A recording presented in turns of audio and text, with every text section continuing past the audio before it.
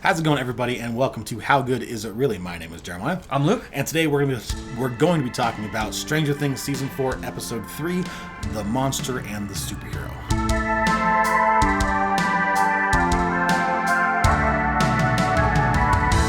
Okay, so let's just get right into it. Yeah. Per usual, we're going to go through and do non-spoiler review real quick, and then we'll jump into the actual story bits in about 10-15 minutes, hopefully. So, first category to talk about is writing. Again, it's fantastic writing. I mean, in Stranger Things, it's exactly what you expect it to be. It's going to build right on the heels of the episode before it, to the point where we actually made a mistake in our previous episode. We talked about a couple events at the end of last week's episode for episode 2 that are actually taking place at the beginning of episode 3, which just goes to show how well everything is written and it flows together. The pacing is unbelievably consistent and it just flows so naturally that it was just, we didn't catch it until we started talking about it today, and we were thinking, we actually talked about scenes and sequences that don't happen until the following episode. Yeah, so our bad on that. Yeah, great television, but yeah, writing, fantastic. For this episode specifically, I enjoyed more so than the previous one. And maybe that's just because there's more kinetic activity that's taking place. Yeah, we're definitely setting up more stuff in this episode. So on that alone, it felt a little bit more like the highlights of like season 1, where Will Byers is.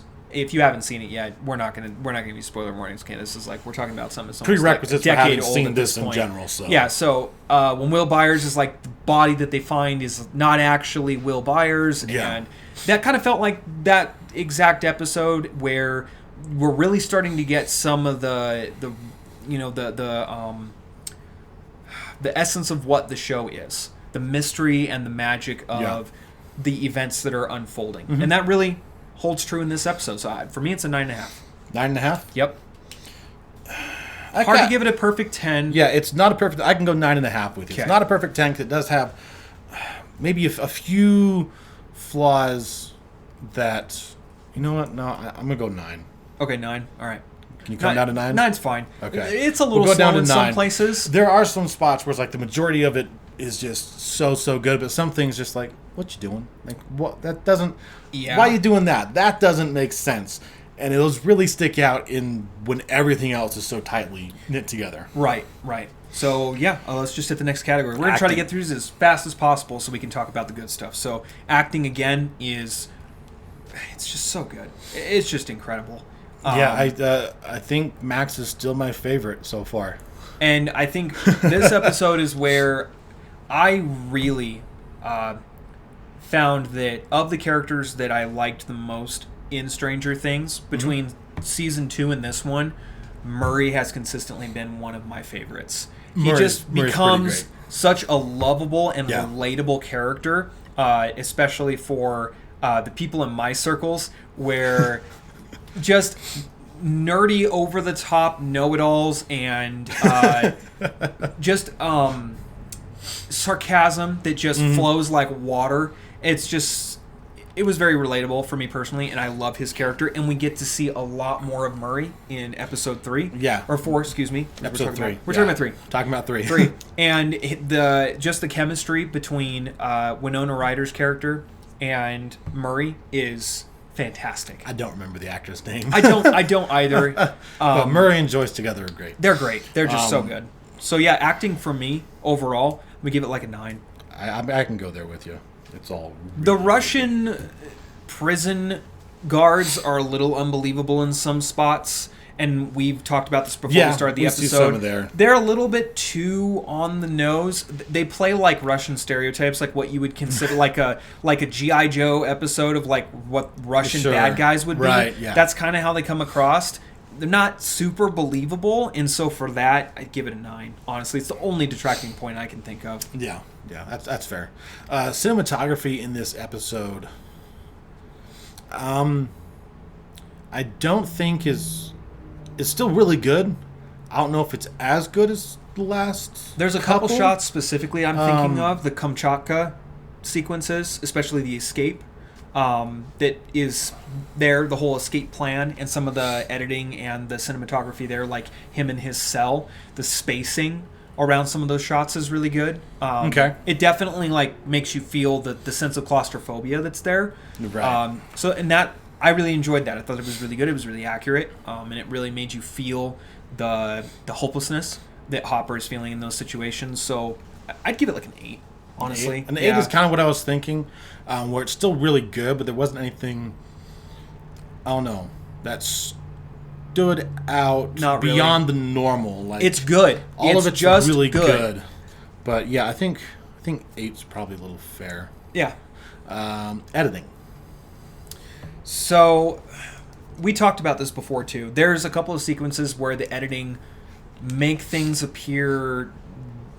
They try to sell something to us, and we'll talk about it in the spoiler section. But I already forgot what it was. that's okay. They try to sell us something that isn't quite believable, and I think it's done with tricky edits. And Well, I don't even think that's a problem with the editing. no, I thought it was because of the way that they cut away from certain things, so you're not sure what's happening in that sequence, other than they're clearly like trying to draw your attention to it, but they're not showing you what's happening. I don't think that's a problem with the editing at all. It was for me, but maybe I'm wrong there. But anyway, that was the only thing that I noticed. Otherwise, it's good, unless you had something that caught your attention. There wasn't anything that caught my attention necessarily good or bad, which kind of makes me want to skew it just a little bit lower. And if there's nothing Just 'cause- bad about it, we don't have to dwell on it. That's the thing too. If we talk about a category and we just seem to skate over it, sometimes that's just because there's nothing to talk about. Just because it's really good. Like there's maybe not like huge standout areas that separate it, but it's just all really good. And yeah, in this episode, I'm trying to think towards the end of the a lot of the editing isn't showing off as much as the previous two. For sure, they don't get nearly as creative it's not with worse, the angles. but it's not showing off nearly as much because this is kind of a episode that is setting up a lot of stuff that's going to happen come episode 4. But it's not sequel bait. It does not do the It does not well do contained. the Marvel Disney thing where they focus on a concept or an idea that they want to show you repeatedly to sell you on future content. They are not doing that in this episode. Now you can argue the point that they don't do that because they release it as a self-contained unit. That's fine, but it's still a story element that they don't choose to do. Right. But they still set things up beautifully. Yeah, they're still setting things up for the future. It's just paying attention to what they're doing in this episode as well. They're not cheating you. I think a 7 is fair for the editing. Yeah. There's nothing good. breathtaking about it. It's just good. And when I don't notice things, that usually tells me that either I wasn't paying attention and I missed something that was bad, or it was just good. And if it's just good and I didn't notice something fantastic about it, I'm not going to have much to say about it. It's a 7. Yeah. Score and soundtrack, the music.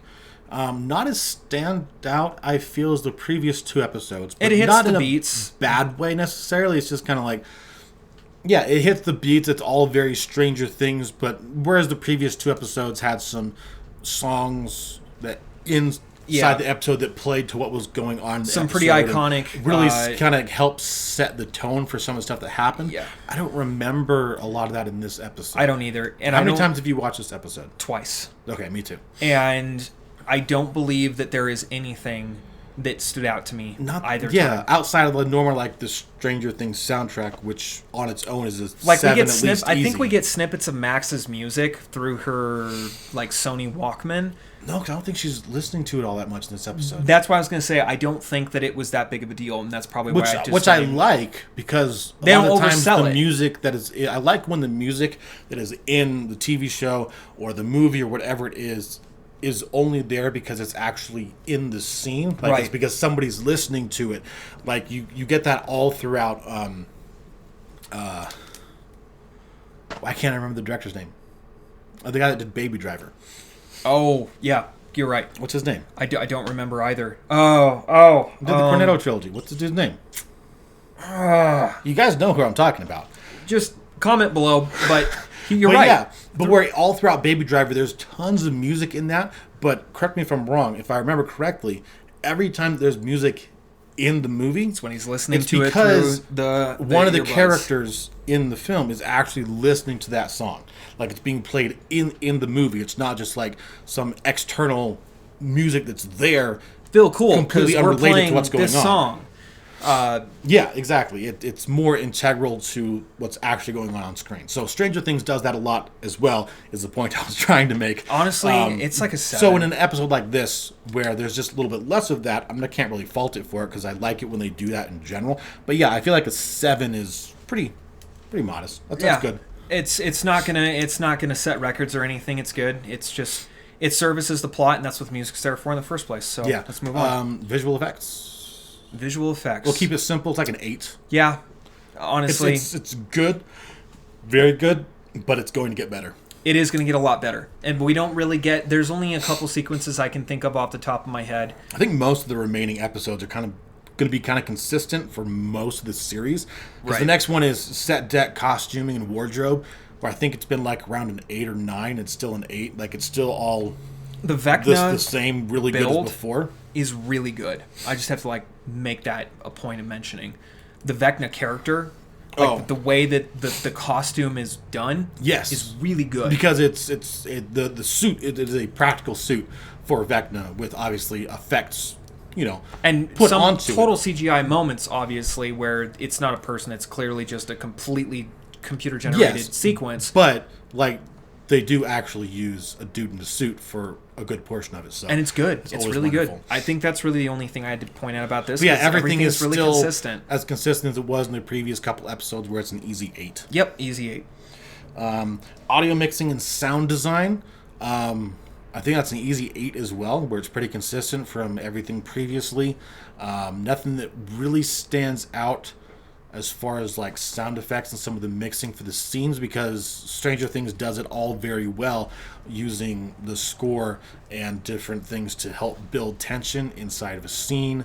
I'm trying to didn't think. There notice wasn't anything anything all that that felt stand out out. of place. So I think No. it's like an easy 8 there. Yep. Because it's all really good. Yep, I'd agree with that. Directing is good. Again, I don't know if it's just because the third episode of things maybe just a little lacking We're just settling than into the previous narrative. episodes, because previously everything scored a little bit higher. Now we're kind of settling in, building up to some of the payoff that we're going to get in the coming episodes. Right. So That's pretty much. directing was still all pretty consistent and solid, good all the way through, given the way everything played out. But there's some story beats that I don't really know why that happened the way it did. That Right. was a little confusing. Why are you having characters do this and act this way?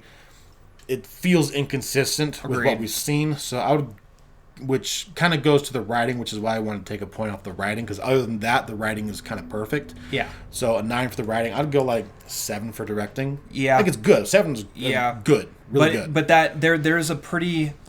I think for both of us, there's just one portion of the episode that just we didn't really understand why that worked the way that it did. And in that sense, it's a directing oversight or just a direct decision by the director. Either way, I don't think it worked, and I'm going to take a point off for that. So overall enjoyment of the film. it's still a 10. I mean, it's fantastic. Still a 10? Yeah, for sure. For me, absolutely. I loved That's everything fair, about because I had to, because I've watched it multiple times. I have to think back to watching it the first time, Right. and not going back just to watch it again so I can Right. get it fresh in my mind. It's no, Stranger Things releases, Netflix releases all of their episodes for all of their shows for a reason, because they know we're gonna binge it all in a day, and they're right. Yeah. So I can go there with you. Yeah, I can go it's there with just you for solid. sure. It is absolutely solid. Yeah. Okay. And just let us know if you're enjoying it as much as we are. We would love to hear kind of what your favorite points are about the episodes in the comments. That's certainly going to help us out, and it'll give us something to bounce off of you guys, because where the channel is growing, which slowly but surely, and we're enjoying the fact that our content is actually getting enjoyed by other people, and that's the whole point that we're doing this, is just because we enjoy talking about movies. And if you enjoy listening, just let us know if you agree or disagree with some of the points we're making. And if you want to just join in with the conversation, tell Yeah. us your thoughts below for sure, and we will reply. Yeah. We'll respond. 81 for this episode, That's good. which I feel Yeah. All right, let's talk about spoilers. So we're going to handle this a little bit differently than we have in the past. One thing Just to try and keep us on track. Yeah, one thing we've noticed is we have a tendency to kind of jump from point to point. It's not very linear, especially for those that want like a it's concise... too linear. Or rather, that's a good point. Yeah. And so what we're going to try to do this time, and if it works, great, we'll continue this, but we're going to try to talk about one plot section in the way that it follows the group one of people storyline at a time. Yeah. And we'll go through it. We don't need to explain it. They'll figure it out. You're not dumb. We're not Disney. What do we want to cover first? Let's start with Murray and Joyce, because I feel like that is the easiest and simplest, and we'll go from there. Okay. We can start with Murray and Joyce. So, yeah, Murray showed up. He arrived in California at the end of last episode. This episode, early on, is when we actually get that dinner scene. Yep. With Murray, Joyce, Will, Mike, Levin, Jonathan, and Argyle. Mm-hmm. A lot of names to remember. Yeah, very. But we get that dinner scene with all of them. The very high Jonathan and Argyle present at dinner. Oh, Jonathan has no idea what's going on. No idea. It's wonderful. He's so baked. But we get Murray and his risotto, which is just risotto is smacking, dude. Apparently. And we get a very upset Elle. Yes. And Mike, there's clearly some tension there. Mm-hmm. And we'll talk about that when we get to theirs. Yeah. But basically, from that point, they basically just go pull the money and they hop on a plane. And they're off to Alaska. And yeah, we'd see them on the plane talking back and forth. They get off the plane in Alaska. Joyce gets a lovely, box of brown goo. Yeah, like a chicken drumstick and like... Yeah, it was peas, biscuits, and gravy. It was peas and biscuits and gravy and something else that maybe resembled meat. It definitely looked like 90s KFC kids meals. If you guys remember what those were, like my parents used to take me to KFC when I was a kid. I just gagged every time. I never went to KFC as a kid. God, KFC is so awful in the 90s. It was terrible. I like KFC now.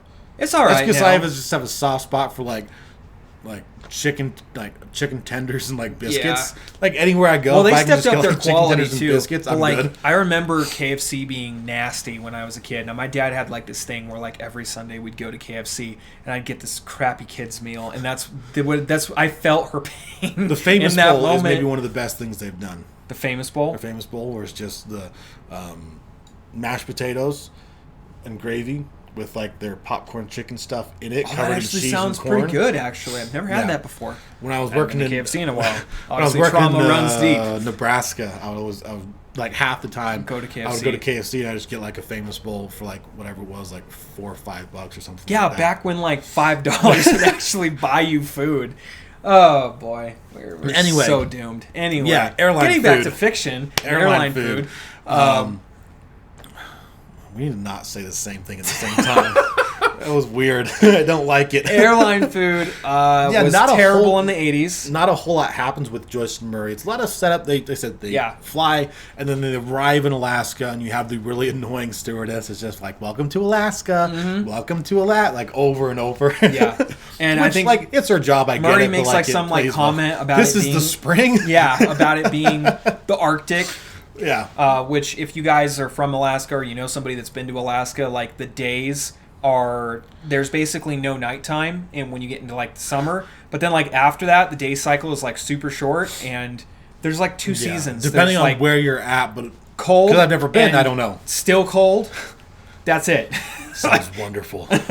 Sounds delightful. Yeah. Okay, so that's basically it for them. And then let's go with the kid, with Mike and Will. Yeah, that's their group. Yeah, I'll let you take this one. You're a little bit more on the beat points with that one than me. Okay, for sure. Because this episode opens up with Mike, 11, and Will still at the roller rink just after Elle blasts Angela in the face with a roller skate, and it was wonderful. Yes. And I just wrote down why are they still there? Yeah, that was a bit off. Like they're all just chilling while she like broke somebody's nose. Yeah, it's like their roller skates. Leave. Now I get that maybe they can't leave because Jonathan and Argyle aren't there yet. But there's no cops. There's no parents. It's just a bunch of kids. Yeah. So it makes sense that they had to stick around because Jonathan said they'd be back to pick them up at 6. So they have to like just stay for their ride because they can't actually go anywhere. That makes sense. It makes sense, but it just felt odd. They didn't cue us in on that though. Like they never. I don't remember them making a point to mention like, oh, because Jonathan's going to be here at 6. Shortly in the previous episode when he drops them off. But again, it would be helpful if you're paying attention. It's there. It is there. An episode gap is they enough do to miss something head small home like that. Almost directly after that scene, They do. you see them heading home. It's pretty quick. So it plays as though they were already there or close to there. So it felt a little weird of just like, why is everybody like still hanging around? Yeah. Like, and even if something like that happened, it's like the entire area is not hanging around to watch the paramedics try and console the future prom queen. Right. Like, they're just not like, no, the place is back in business and she's just off in the corner. That's what would have actually happened. Which it's also the 80s, and I guess, people weren't quite so sensitive back then. So, it's like, a kid got blasted in the face with a roller skate. All right, cool, I'm going to keep going. So that was one thing of just like, why are y'all still there? But it works well enough. And then you get the ride. Because then they go home right after that. Then we have the dinner scene. Followed by a little bit of a tiff between... Or actually, pretty significant tiff. Yeah, because Elle storms away from the dinner table, and then we cut to the next morning with them, and they're having Eggos for breakfast. Elle's still up in her room, mad about something. Presumable... From what it looks like from going off the dinner scene, she's kind of mad at the way that Mike is handling what happened. And the fact that she's just been lying to him. Right. And then they actually talk when he goes up and gives her her breakfast. And they have a pretty bad fight. Pretty... The most consequential fight, I think. Yeah, more substantial for, individuals who are supposed to be about 15 years 16, oldish. 15, something 16. like that. What is love? Baby, don't hurt me. Yeah, do I feel love? Do I love this person? Do I not? We've all been there. We all know what that feels like. Yeah, because they're starting to have those kinds of questions. The true issue comes out for Elle. It's like, all the letters that Mike has just been writing to her over this last year. Great, but he never signs "I love you" or "love Mike" or anything. It's just like from Mike, so it's like a big, and he can't even teenage fight over that, where it's like one person clearly has no problem saying "I love you" to someone, and then he just like can't reciprocate. Right. Not that we don't know that he doesn't. He just can't say it for whatever reason. He can't voice it, and there's a number of reasons for why that can happen. I'm sure that we'll explore that in later detail, but for right now, that's the kind of the what's the word I'm looking for? The springboard for the following actions, but there's a better word for it. Anyway, they go from there, and then we actually get to see Will and Mike actually have a little bit of a kind of like a patching up moment where they talk about the fact that like neither one of them was really communicating with the other at all. And that, whose fault is that? Well, you could have called, or you could have called. Well, we both are suck at being friends, so we're sorry, and we move on, basically. Right. And that was just fun to see if you have, best friends. Relatable. That's the thing about these episodes is that all the human interaction is just really organic and believable. There's nothing that seems forced or, written to... most of it feels very natural. Yeah, it's not like somebody took a scene out of a book that would only work in an imaginative sense, like dialogue that doesn't work in real life. Right.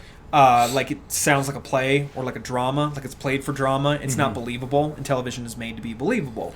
And it just doesn't work that way. But Stranger Things has always really been amazing with pretty blue for the most part. There's a couple spots. Sure. In this episode specifically. The G.I. Joe Russian soldiers at the end are definitely a little bit unbelievable. For the most part, the dialogue is really believable. So that's kind of where they're at, correct? And then if we keep following them, then that's when the cops show up. Right. They haul Elle off to jail. Yeah, because Angela smashing her face with a roller skate. Wants to press charges for assault. Which, I kind of get, because... But the decision they make is just so immediate. The first time I watched this, I was... Because of how the episode opened with Owens, I thought that it was actually guys for Owens coming to get her. Okay. The first time I watched it, that's what I thought it was. They're trying to disguise it and get Elle, and, it was just kind of a play kind of thing. But no, they just came and... They're And got straight her. up, cops from the local police department. The way they make it is such a quick decision they make, though, to just, like, immediately send her off to juvie. Well, I guess, and they in make this fairness, they make a point, though, about, like, her legal guardian not being present, and so, like, therefore, but, like, she's a minor. There would be a lawyer present immediately. That's the problem that I have, is that because she's a minor, she would have to, like, they can arrest her, bring her in, sure. Right. They can't But make then, those kinds of decisions, though, without at legal... least with some legal counsel, like, because she's a minor, you would get someone from Child Protective Services that is there to at least advocate in some regards, even before she's booked and then sent off to juvie, just for holding, like, if something comes of it and, like, they decide she needs to go to juvie before any legal proceedings happen, kind of thing. It was way too heavy-handed for felt what it was. awkward for like, sure. a kid did, like, she just, like, broke a kid's nose with a pair of roller skates. Like, that's barely a slap on the wrist. But still technically... That is technically still premeditated assault, but yes. we're talking about children. And children can be tried. Like, the whole her getting arrested and things happening isn't what I had an issue with. How quickly things happen and the lack of interference from child services, like, I knew is what there was an issue like with. when I was in high school, or not when I was in high school, I was in middle school. I had a buddy of mine who was a year or two ahead of me, and he was in high school. He got into a fight, and he did get arrested, but he didn't go to prison. He didn't go to jail, didn't go to juvie. He was like 16 at the time. He appeared before the judge. They basically, like, he got arrested. He went down to the local police department. They gave a statement, basically, and then he was just released into his parents' custody, because where's he going to go? He's 16 years old. And then he had to appear before a judge, and he got community service. And maybe that's how it was trying to be played without stating as much, is because there was no legal guardian present or had the just like ability to be present, that like she would have to be released advantage into the care of the state, which if the state is not able to actually receive her, she goes to juvie. Fair enough. Like, that's where she has to go at that point. That makes sense. So maybe that's where they were going with it. They didn't state that, though, so... Either way, it still happened a little too the quick. end result, I'm not mad at, just how quickly things happen. Well, and the seems fact that unrealistic. she gets interrogated by two cops at the same time, again, this is a child we're talking about. She's like 16. That would never have happened. I mean, it could. It totally could. Oh, they would be so in trouble, though, with DWS for doing that. Yeah. Like, for basically interrogating a minor without legal counsel present. Like, you can get in trouble for doing that. Like, the way it happens on TV is not how it really works. Like, that's not a thing. That's where lawyers just, like, held up out front. Tell me what happened. That's not how it works. Like, but the I'm lawyer saying, is present like, for everything. It could have happened, though.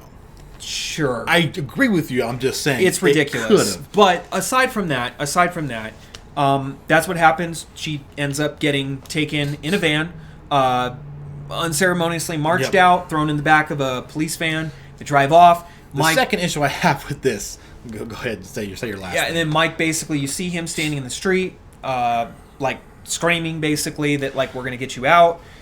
Well, he's doing that when she's originally taken to the police station in the back of the police car. When she's actually in the back of the van, he doesn't say anything. He just runs out to the street. That's right. But second, my bad. That happened before, but then, he just runs out to the street and is just, like, looking at her like an 80s music video.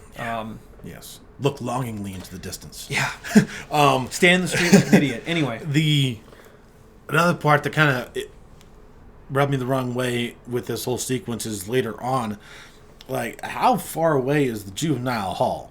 Like, clearly, just it's saying, like the next county over. The juvenile hall for the city or the county, like, they're driving for a while, and when they're Lenora Hills is a fictional town, but having grown up in California, it looked like it was supposed to be like the Inland Empire, which is like the Temecula, Marietta area. Like, back in the 80s, it was very mountainous, and there were obviously, like, giant pockets of civilization, but there were big gaps in between where you could go that looked like that, where they just kind of go off into the desert, essentially. There were places like that even when I was a kid in the 90s that looked that way. That just seemed odd to me. It's like, surely you'd be taking her to some kind of facility in the city? Yeah, but assuming that Lenora Hills is a placeholder for a real city somewhere, which it's not, but let's just go with it for the sake of being consistent. It also just kind of seemed like maybe they were setting it up for but it's a little too on the nose. Owens to intercept them because later. They do. That's exactly what happens. The secret cops come up, they run run the van off the road ish. They walk up, flash the badges, and the 2 cops don't put up a fight because in the real world, if you see a badge like that and you see a bunch of dudes in, Men in Black attire, real cops probably would have the same reaction. And I thought for once they weren't going to be like, oh, you can't take our prisoner. Why does she probably... It was not like a typical... oh, okay. Yeah, essentially. They were like, okay, this makes sense. And I was like, okay, that actually was a little bit more believable. Although maybe perhaps they should have put up a little bit more of a fight. But maybe. They're 9 to 5. Like, they're just regular people. They're just police officers by profession, but they're not professional soldiers or federal officers or agents working for some undercover secret agency like the people that show up are. So that was cool. I liked that, how it was a little bit more believable. The cops were clearly out of their element, and they reacted as the way that they should have. Yeah. It's like, I won't dive into that any further. It's just kind of, but that's when Owens shows back up for the second time, because we actually open up the episode on Owens with Major Sullivan. And if you're unfamiliar with who Owens is, maybe we should just give a refresher for that real quick. Dr. Samuel Owens is the guy that was running Hawkins Lab in season 3. Season 2, sorry. In season 2, that was trying to kind of help Will with everything that was going on not with a him bad guy. in season 2. So not a bad guy. He's the one that got sent basically to and take over for Brenner. And he's the one that Brenner. got the name of Jane Hopper, and actually, got her the adoption paperwork to Hopper to be able to hide her identity, because she's still technically a wanted individual. Yes. Which we find that out. 11 is still wanted at large, but not Jane Hopper. Right.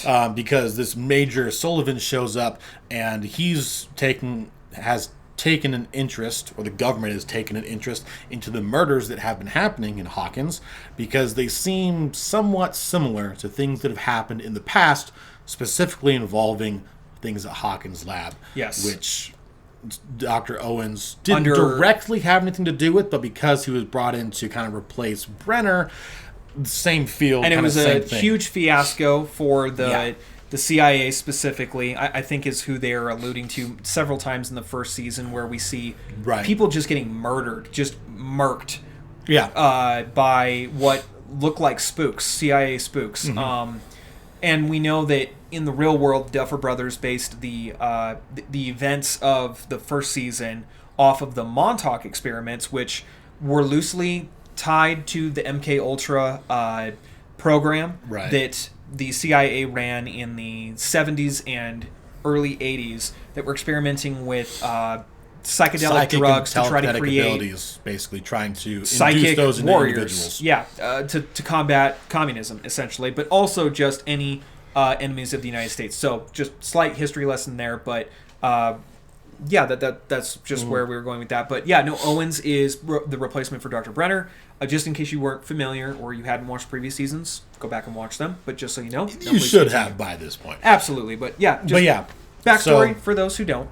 Owens intercepts Elle. They go off to a diner, and he, basically gives it to her straight, like, because these people came looking, they think that you are the one that is doing these things. They think you are the cause of all the bad stuff that is happening in Hawkins, even though you weren't there. We can prove you weren't there, so that doesn't seem like much of a legal battle there. But in any case, she's still kind of a wanted individual in the eyes of certain departments of the government. Right. So he has been coming up with some kind of way for 11 to get her powers back, essentially. We don't know exactly what that is yet. We just know that he's kind of been preparing for this because he feared that it might happen at some point. So he has contingencies in place. So he just gives it to 11 straight, just like that. Like, if you want to, I actually really love. I can take you home. Yes, and I will take you home. I'll make the whole thing with the roller rink just go away, and you can just have your life as a kid. That was such a good scene, and I will talk about that for just a minute. When they're sitting in the diner, and he's talking to her, I think one of the things that I have a huge beef with typically when it comes to the way that children are presented in television is that they are always have to be smarter than they actually are, because apparently there's nothing funnier than watching a child pop off like they're an adult. That worked for Macaulay Culkin because he was Macaulay Culkin in like 3 movies. It's done and over, okay? Stop doing it. But anyway, they don't do that here. Eleven is supposed to be about 16 years old. They don't talk to her like she's 30 or 20. He talks to her like she is age appropriately, still a child. But he makes a comment about how everyone has major decisions for you up to this point that were like life-altering, put you in danger, things that you never had a choice. It wasn't a feminist thing. I know a lot of people took it that way. It wasn't. It was a you are able to say no if you are done putting your life on the line for things you don't understand. That's how I took it. And I agree. It was great. I liked it because it was believable, and it was just, it needed to happen, because for so long it's just kind of like, oh, these kids are just going to throw themselves into danger because they're basically the Goonies, and that's what the plot called for. Right. But it made sense for this guy to essentially say, look, I can help you, but if I do, I'm going to expose you to greater danger than you've already been through. Yeah. And you have a choice. And makes it clear, like, if you choose to go through with this plan and it doesn't work, there's a chance you will never see your friends again. Like, right. Things could go horribly wrong. Yeah. And you will die, basically, is what he's saying. Right. That is a complete possibility. And he just treats her like she's a real person, and just I don't know. It was just such a real conversation. Again, I just can't get over how the writers for this show, they just make these conversations so believable. Yeah, they really do. And so then can't be understated. 11 makes the decision to go cannot with be overstated enough. There you go. Excuse me. Elle makes the decision to go with Owens, so that's where they're doing. They see them driving away off into the desert. They head out into the Nevada desert. Didn't even stick basically around to eat the food. I mean, Elle ordered a stack of waffles that looked delicious. Sandwich. The club sandwich that Owens ordered with a big side of fries. He did pay for it, though. He left like 2 20s on the table. He did. He paid for it, but it's like, at least take it to go, my guy. Come on. For real. What are you doing? I thought for sure, though, he was just going to ditch like the classic movie stereotype and leave the waitress looking like, what am I supposed to do with this food? Freaking dine and dashers. Right. But no, he left the money, so they actually get to pay for the food. Yeah, just good for him. Anecdotes. Just don't be a dick like that. Just don't. All right. Tip your waitresses.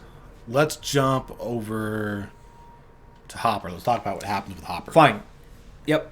There's not too much here, honestly. Yeah, not a whole lot. The first time we see him, he's just out like working the railroad in Kamchatka, which is in prison apparently camp. like the worst prison camp in Soviet Russia. Which really it just kind of looks like a local city, like detention center. Yeah, it didn't really look like the ultimate. Play it up. They can't play it up as to what it was really like. Yeah, I mean, they made it out to be like the ultimate place of suffering.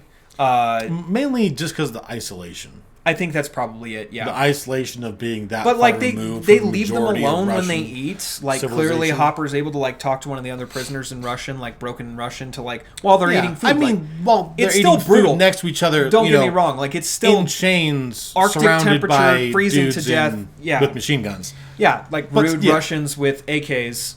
Who are just as miserable as they are, but still it.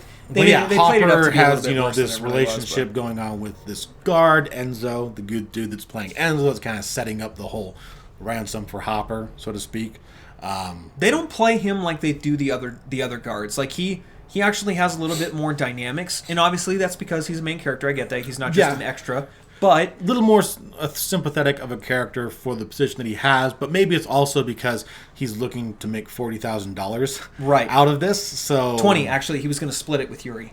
He was going to split it. Yes, he was going to split it 50-50 with Yuri. Okay. We don't find that out though. I just for the sake of just exposition here, but whatever. Fair enough. But yeah, go ahead. That's basically it. Other than we see him like hatching his plan. The beginnings of his plan on how he's going to escape this is where stuff. It gets kind of where the writing kind of derailed a little bit, just a little bit. A really small thing.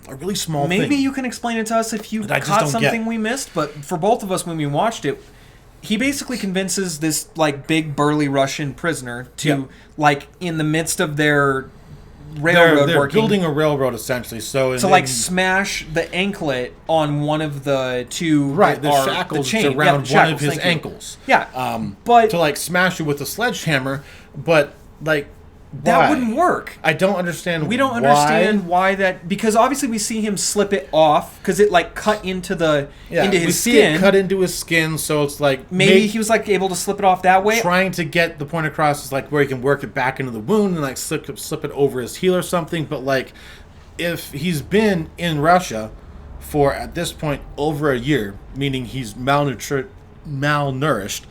Having trouble with words today. It's been a long day, guys. You can't actually dig that far into the top of your foot or ankle before you hit bone. Yeah. So doing that achieves nothing. Unless, of course, like what I thought it was he was basically just getting the guy to like maybe loosen the shackle, because it does have two mounting points, obviously. And right, maybe where he if was he's trying to get him to like get bend it or stretch it less out. circular and maybe like smush it in a little bit, something. But because he doesn't break it, that wouldn't make sense either, because in order to do that, you would have to have pressure on the opposite side. With him like hitting this half, you'd have to have pressure on this half to actually compress it together to actually deform it. Nitpicking a little bit, but it was kind of a plot hole. It's like we see what they're trying to do. It's just like I don't think that works. No, I don't think it did what you thought it did. It was a cool idea, It's your classic like. I do not think it means what you think it means. Yeah, but like a classic like prison escape kind of thing where you need to like fool the prisoners, the guards into thinking that your shackles are still there. Having him like break the shackles off his ankle. That's what I thought too. That makes sense. Like, okay, break them off so you could like run away. But then he did it immediately that same day, and they didn't break. Right. And then it was just kind of weird. It's like, yeah, I didn't quite get it. No, I didn't either. It was unclear. Like, but basically, this is where like the Russian guards are a little bit over the top and more I think stereotypical. A little bit more like What it reminded me of is like the when I was really little, my dad had like VHS recordings of like the G.I. Joe show, the cartoon from the 80s, and like the Russian bad guys were like they just have like the brutal thick accents and they're just like monstrous evil, just like psychos that just want to like hurt people. They all look like Ivan Drago. Yeah, for real. With the same butch haircut and the same like just testosterone infused like just rage about everything. Which worked for the guy in season 3. It's not really working for like Russian guards that are like 5'5". Yeah, Russian Terminator in season 3 was kind of cool. Yeah, that played well enough. But yeah, the guards, everything in Russia is much more stereotypical from an American perspective. Like, right, and that kind of was a little bit on the nose. Like I thought, okay, maybe play it off the way that like Russian soldiers would actually be instead of being. But then like, again, like prison guards in general can be some of the worst human beings in existence. Very true. Very true. So, but it's still like they kind of came across like they're constantly like looking for prisoners that are like smuggling in cigarettes. Like everything about them smacked of prison guard trope. Is what it felt like. A little bit, for sure. Especially when he, like, snatches Hopper's hat off, like you pointed out, just to be a douche for no reason. Like, he just takes it and he's like, doesn't do it to anybody else. Because they have this, like, procession line when they're, pulling everybody away from the railroads or going back into the camp. An inspection. For the night, so they're inspecting the chains and everything, make sure everything is up to snuff kind of thing. And one of the guards that's standing next to Hopper just, like, snatches the hat off his head. And then he, walks on, but he didn't take the previous guy's hat or anybody or the guy after it. It was just like what's he gonna hide in his hat? Why? Snow? And you didn't give it back. But rock? Why? Because he has the hat later, but you didn't give it back to him. Right. And also, more importantly too, we see that guard is very suspicious of Enzo and Hopper because we see Enzo supposedly interrogating Hopper. Basically passing on information about the escape attempt. Yeah. And telling him that your woman is bringing the money, and Hopper makes a claim about her not being his woman, and he's like, really? Because she's rescuing you for friendship. Yeah, she's rescuing it, like she's getting $40,000 and flying to Soviet Russia to like rescue for friendship, that was a really good line. It was really well delivered, really original. And anyway, but that one guard is just like super suspicious and constantly like eyeballing him, and it kind of comes to a head, and we get a cool fist fight with Hopper and this other guy where he basically not yet. No, later on in the same episode, because isn't it episode 3 where he like goes into the shed and Nope. like they get okay, Nope. did it again. See, the writing Nope. is just too That damn hasn't good. happened yet. It's just too good. The last thing we see of Hopper is him just working out. He takes his shackles that's right. off in He's his doing cell. he's and doing the push-ups. He's isn't doing he? push-ups, but like you don't need to take your shackles off your ankles to do push-ups. It was just cool. They just needed to like show that he's like chatting up for the fight, I guess. Sure. So. Sure. But That's it. that's That's the last what we we see see of of Hopper. So who do we have left? We've talked about the kids in Hawkins. That's right. That's right. We still have Nancy. Yeah, we got and, Nancy, Steve, Robin, Max, and Lucas, and Dustin. and Max. And Max. Did we I said mention Max? Okay. Yeah, A lot of and names to remember, people. Then Lucas, Jason, Patrick, and Andy, the Yeah. basketball team. I got their names though. Yeah. I watched it again. I'm like, I need to remember these people's names so I can talk about how much I hate them. Yeah. What's the first thing we see from them? Let me see. Still, the most unbelievable part about this show is the just lynch mob mentality that these 3 teenagers have in a show about extra dimensional the basketball beings. team: Jason, Patrick, and Andy. Those 3. Like, I don't buy what they're doing that well. No. Like I kind of get it, but also it's like I get that Stranger Things has to have their bully for the season.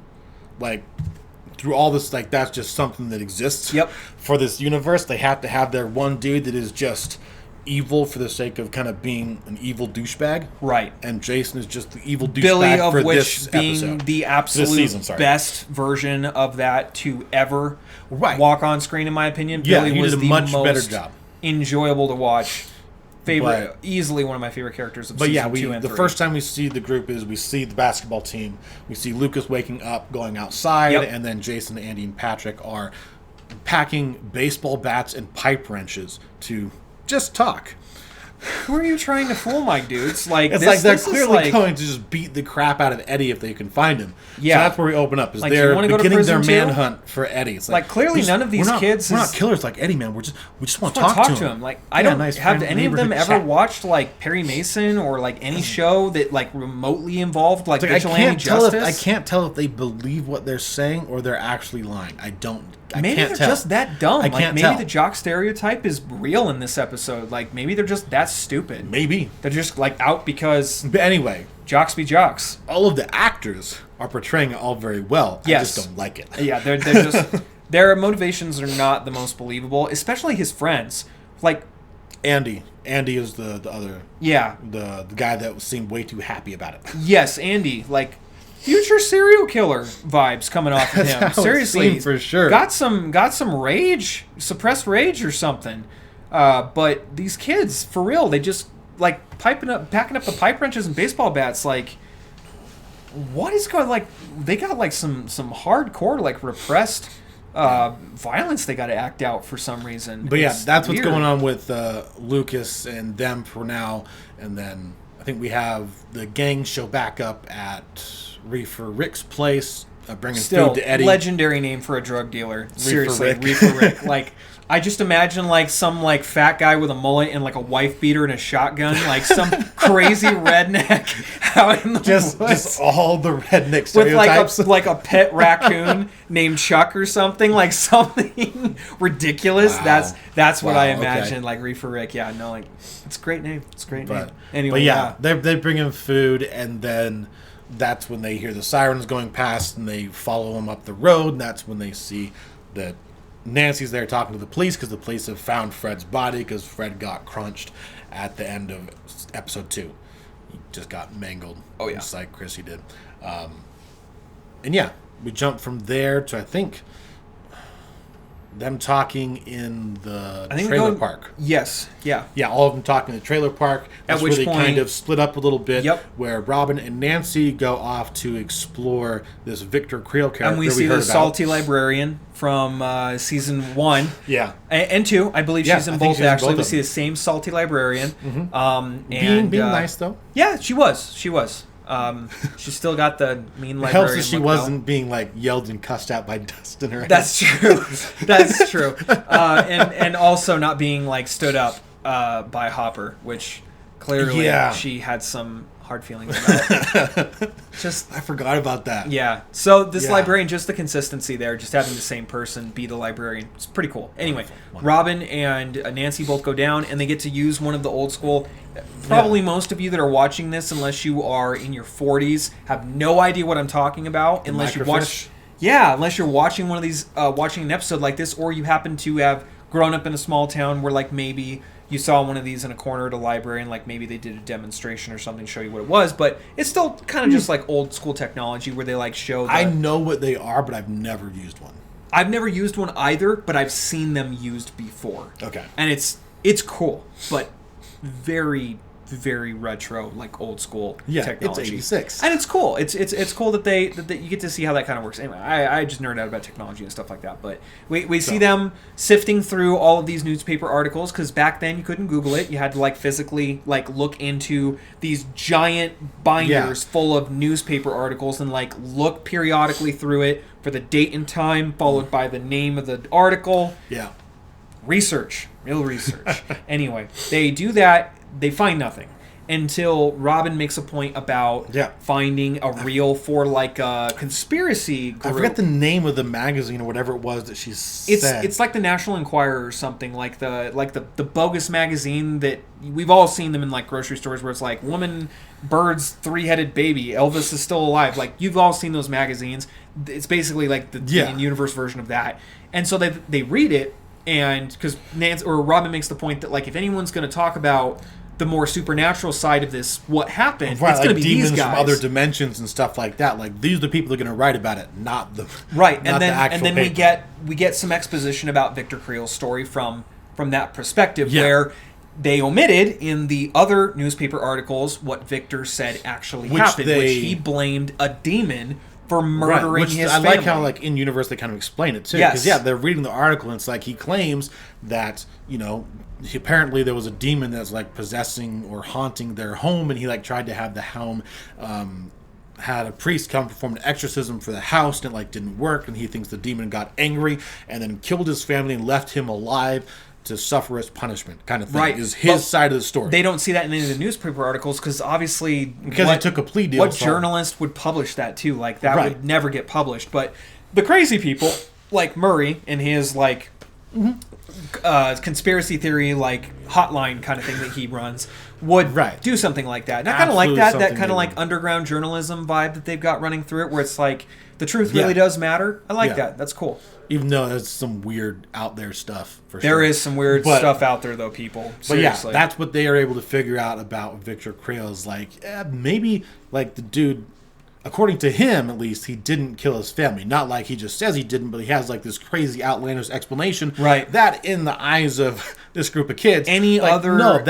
All that sounds kind of familiar. Right, but like, in the eyes of the law, a judge or like institutions were like, "You crazy, my man." Exactly, which is why he was declared insane and is in Penhurst. Committed to an institution, exactly. But for these kids, obviously, because they know what other people don't know, which is that this supernatural, extra-dimensional force is totally a real thing. This might be believable, and we need to follow up on this. So I like that. That kind of like how Nancy's always wanted to be a journalist, and she keeps finding like ways to break the most amazing stories, like how she's very good. Like how, and I loved the kind of the oft overlooked plot line in season 2 where Murray helps Jonathan and Nancy expose the corruption at Hawkins' lab for covering up the death of Barb. And who else died that they covered up the death of? There were a couple people I can't remember. But they exposed the corruption that, like, basically the state police were even in on it because they tried to sell the idea that Will's body, like this dummy doll, they weren't even allowed to, like, the county examiner couldn't even look at the body. And then, like, Hopper basically bullies his way in past, like, a state trooper. And it was really cool. I liked that. So they're carrying that through. They're staying consistent with the characters' motivations. It's good writing. It's so good. It's just good. Anyway. What else from there? After that... Oh, and then Steve is babysitting eternally. While that's going on, Steve is babysitting Max and Dustin again, and he's very salty about that. Yes.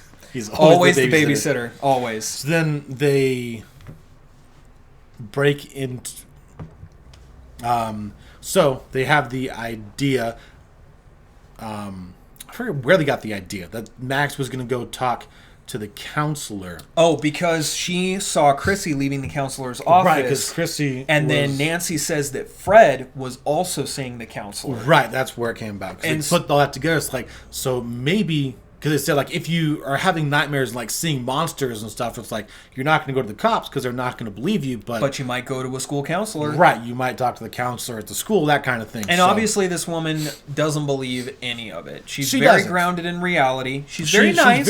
She's definitely trying to help, but she's not buying it. Her mind is not open to the possibilities of anything beyond what is explainable with rational physical science. Yeah, so Max swings by the counselor's house during break to just, talk, because Max was seeing her before because of all the trauma with her stepbrother having died and then her stepdad leaving and like all these... And her mom like descending into depression and drinking herself into a stupor every night. It's pretty rough.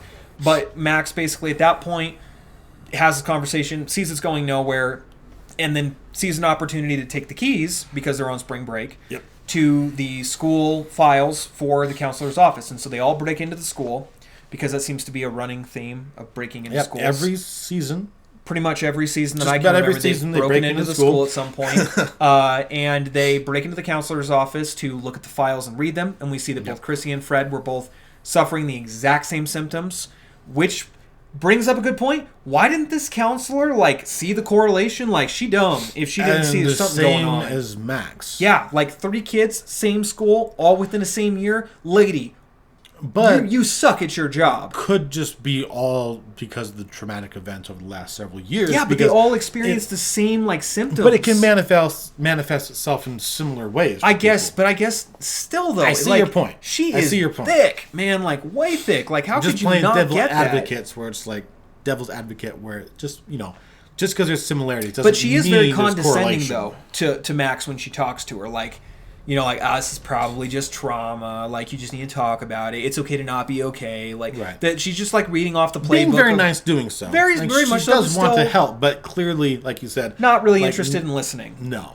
You know what I miss? At least I miss the science teacher. I miss the science teacher. Clark? I miss Mr. Clark from season 1 and 2. That'd be really cool if Mr. Clark came back. That'd be awesome. Especially if they brought Mr. Clark in. We could still see him on the craziness of what's going on. How cool would it be to have Mr. Clark be in on that? I don't know. It's just nerdy like that. I love school teachers that are cool like that. But yeah, they break into school and are reading the counselor's files, and that's where Max realizes that the same thing that happened symptoms to Chrissy that Chrissy and Fred had, the same thing that she's had with the headaches and the waking nightmares and all this stuff. It's so. And then she looks at the time. Yep. The timeline of things. Oh, I get chills thinking about it, because the timing of all of the beats in this episode. And it's 6 days after she started getting headaches, Chrissy died. Yep. And Max says she's been having headaches for 5, so that means she's dying tomorrow. And then she actually says out loud, I think. Immediately following that, she has her vision where she hears the clock, sees it embedded in the wall, and then hears Vecna's voice. Yeah, and you have that weird, tilted grandfather clock. Not really grandfather clock. Tilted. With the spiders crawling out of the face. Same exact. And Vecna's voice calling her, and then the episode ends right there. Yep, that's where it ends. But yeah. Great episode. A lot of setup. A lot going to kick off in next episode. Ton of content, no filler. Straight up. That's the thing I love about Stranger Things. Which is interesting for an episode that is actually just filler. But it's filler that never once... I agree. You are correct. But in the grand story of these 7 episodes... You could have skipped over 3 and gone right to 4 with maybe a few things that carried over. My point being not filler necessarily, but it's a lot of setup. It is a lot of setup. But it's just... I just love television that... We've all been there. We've all watched it. And we all have favorite shows. You can take your pick. Yeah. Any syndicated television show from the last 20 years. Almost most of it, is filler with 5 plot points, because at some point you have to give an excuse for why characters leave, die, or need to continue on to seasons. Everything that happens in Stranger Things happens for a reason and drives things that go forward in some way. Even if you think it's unrelated, it's probably connected in somehow, and you just got to rewatch it. And that's why it's so fun to rewatch them, because sometimes you just miss things. Anyway, that's pretty much what we got for this episode, I think. Yeah, I don't think there's anything that we kind of missed? I don't think so either. Anything Again, else this we is need to kind of a not quite so much of a prolific episode. We've hit most of the plot points. If you guys enjoyed this video, leave a like and a comment. We'd really appreciate it. And share this video with the people that you know that would also enjoy listening to us. If you didn't like the video, thank you for watching anyway. And again, just hit that subscribe button, hit the like, share it with your friends and family. And if you are listening to us over on Spotify, thank you so much. If you could follow us and leave us a rating there, that would really help as well. And we will see you next time. Next time.